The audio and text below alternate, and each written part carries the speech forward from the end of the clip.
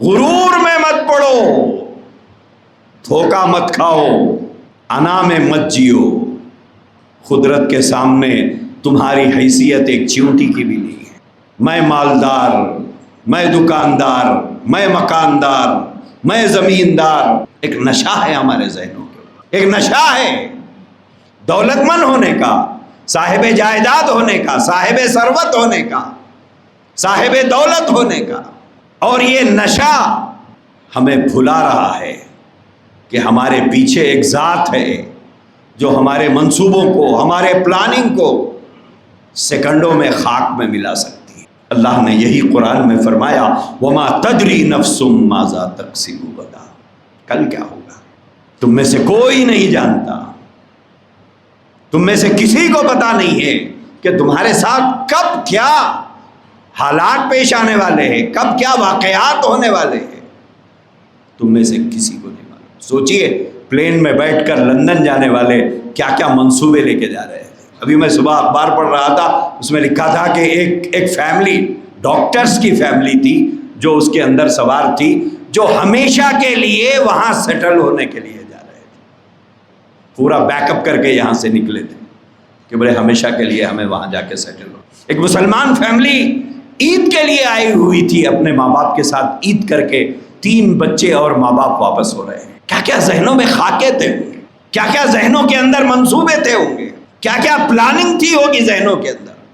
اس ذہن کے اندر کوئی تصور بھی تھا کہ ہمیں موت آ سکتی ہے، اور وہ بھی حادثاتی موت، وہ بھی ایسی موت کہ آگ میں جھلسنے کے بعد یہ روح پرواز ہوگی۔ کوئی تصور تھا ذہنوں کے اندر، تصور نہیں تھا، کوئی گمان بھی آیا تھا؟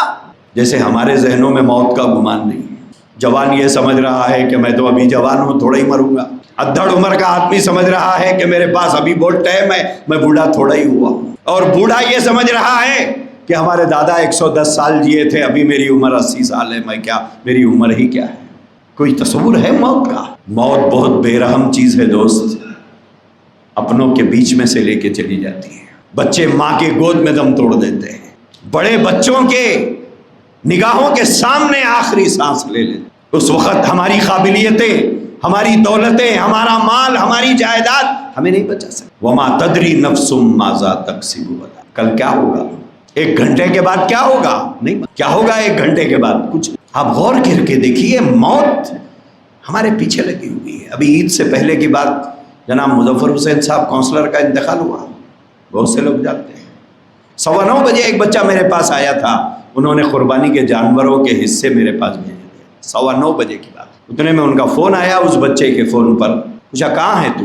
بولے مولانا کے پاس بیٹھا ہوا ہوں۔ نام لکھا رہا، بولے ہاؤ میرا سلام بول مولانا۔ یہ 9:20 کی بات ہے۔ آدھے گھنٹے کے بعد اطلاع آ رہی ہے کہ انتقال ہو، آدھے گھنٹے کے بعد، یہ آدھے گھنٹے کا فاصلہ ہے۔ آدھے گھنٹے پہلے میرے پاس نام بھیجے ہیں، مجھے سلام بھیجا ہے، اور آدھے گھنٹے کے بعد موت کی اطلاع ہے۔ حیرت نہیں ہے تو پھر اور کیا؟ وما تدری نفس ماذا تکسب غدا، تمہارے ساتھ آنے والا لمحہ، آنے والا منٹ، آنے والا گھنٹہ، آنے والا دن، تمہارے ساتھ کیا حادثہ پیش آنے والا ہے، تم بے خبر ہو اس سے، یہ صرف تمہارا رب جانتا ہے۔ ان اللہ عندہ علم الساعہ وینزل الغیث ویعلم ما فی الارحام وما تدری نفس ماذا تکسب غدا۔ وہی مظفر صاحب کا بچہ آسٹریلیا سے یا لندن سے نکلا ہے، عید کے دن صبح پہنچنے والا ہے، وہ راستے میں ہے، اسے کوئی خبر نہیں ہے کہ میرے باپ گزر چکے ہیں۔ پلین میں بیٹھا ہوا ہے، ذہن میں منصوبے ہیں، کیا کیا پلاننگ ہوگی کہ میں پردیس سے واپس اپنے وطن جا رہا ہوں، اپنے ماں باپ کے ساتھ عید مناؤں گا۔ اسے کیا معلوم تھا کہ آنے کے بعد اسے اپنے باپ کا جنازہ پڑھانا پڑے گا۔ دوستو، زندگی کی غفلتیں موت کے دروازے پر کب پہنچا دیتی ہے نہیں معلوم ہے۔ یہ ایک عارضی دنیا کی ایک عارضی زندگی ہے، یہ ہمیشہ رہنے والا گھر نہیں ہے۔ اسی لیے اللہ نے بار بار فرمایا تیاری کرتے رہو، کبھی بھی میں بلا سکتا ہوں۔